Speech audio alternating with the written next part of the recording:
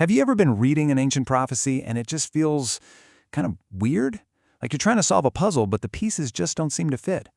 One minute it's talking about some king who lived thousands of years ago, and the next it sounds like it's describing the end of the world. It can feel pretty disjointed, right? Well, today we're going to dig into a really cool idea. What if that complexity, that layering, isn't a mistake? What if it's actually the whole point? And that really is the central mystery, isn't it? How can one prophecy point to a real event in history, and then, bam, hundreds of years later, someone else points to it and says, see, that's the fulfillment, in a totally new situation? I mean, is that a contradiction? Or is there something way, way deeper going on here? To really get our heads around this, we need a new mental picture. You know those Russian nesting dolls, right? You open one up and there's a smaller one inside, and a smaller one inside that. Well, biblical prophecy is like an inverted nesting doll. Each time a layer of prophecy is peeled back, the doll inside isn't smaller. It's bigger, it's grander, it's more glorious than the one before it. So here's our roadmap for unpacking this. First, we're going to look at the basic idea of these inverted nesting dolls. Then, we'll see it in action with an oracle that has not one, not two, but 3 horizons. After that, we'll watch the pattern scale up from an entire nation to the Messiah. We'll explore this recurring pattern of agents throughout history. And finally, we're going to tie it all together with the ultimate goal, something the Greeks called telos. Okay, let's dive right in. Section 1, God's inverted nesting dolls. This is all about the logic behind this incredible divine artistry. This idea that a single prophetic word can echo through history, with each echo getting louder and more intense. And what's so cool is that this isn't some new idea. Theologians actually have a big, fancy name for it, the apotelesmatic principle. I know, it sounds super academic, but don't let the word fool you. The concept is actually pretty straightforward. Just think of it like prophecies being fulfilled in installments. Each payment, each fulfillment, is totally real and legitimate, but it's also a down payment, a promise that something even bigger is coming down the road. It really breaks down into 2 simple steps. First, there's a historical correspondence. Something happens in real time on the ground that clearly matches what the prophet said. But, and this is key, it doesn't end there. Step 2 is escalation. That first historical event becomes a kind of blueprint, a pattern, for something much, much bigger and more ultimate later on. It's the move from a preview to the main feature. Okay, so that's the theory. It sounds good, right? But what does it actually look like in the text? Well, let's get our hands dirty with a real-world case study. We're going to look at an incredible oracle in Ezekiel 28 and see this whole thing come to life. All right, so layer 1, the first and most obvious fulfillment, is aimed right at a specific person, the human prince of Tyre. This was a real guy, a historical figure, ruling over a super wealthy, super arrogant city. And the prophet Ezekiel has a message for him, and it is not subtle. And that message is just brutally direct. This king got so full of himself, he basically declared he was a god. So the prophet comes in and just cuts him down to size, saying, "You are a man and not a god." Simple as that. So that's our first layer, a clear historical smackdown of a prideful human ruler. But then, the language just completely shifts gears.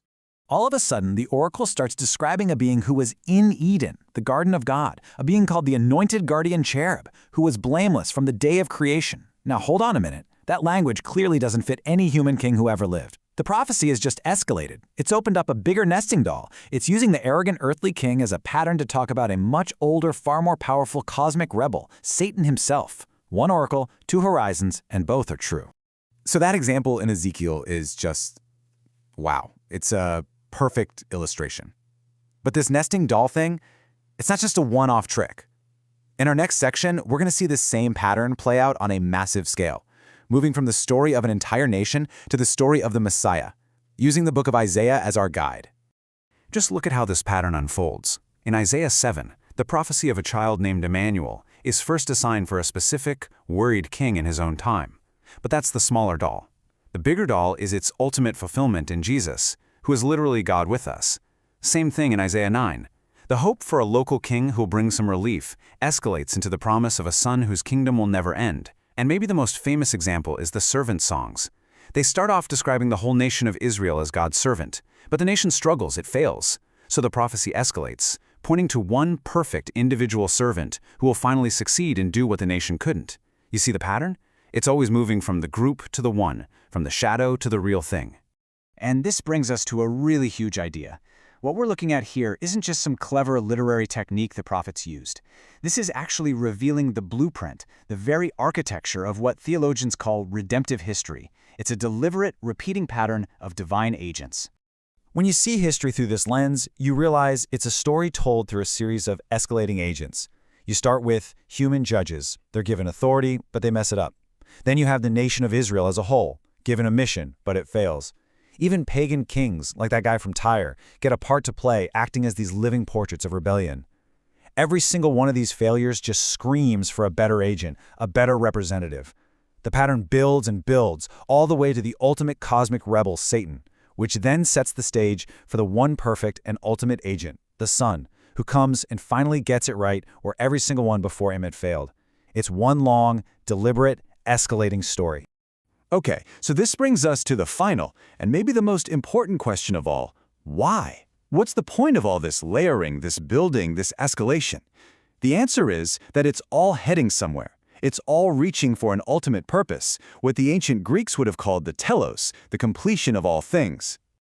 Now, the word telos doesn't just mean the end, like the end at the close of a movie. It's much richer than that. It means a completion, a perfection. It's the goal being fully and perfectly reached. It's the moment when all those patterns and all those shadows finally meet their ultimate final substance. And this right here, this is the grand finale. This is the last and biggest nesting doll. The Garden of Eden at the beginning of the story, that was a type, a pattern. Its ultimate escalated fulfillment, its antitype, is the New Jerusalem at the very end of the story. That lamb slain in the garden to provide a covering, it was just a shadow, pointing forward to the lamb slain from the foundation of the world. Every partial story, every broken pattern finally finds its perfect completion. So let me just leave you with this final thought. What if this whole pattern means that all of human history, our history, isn't just a random, chaotic series of unfortunate events? What if it's actually a single, masterfully told story, unfolding in these beautiful, intricate layers, with every single chapter pointing toward a final, glorious conclusion? What if that's the story we're all in?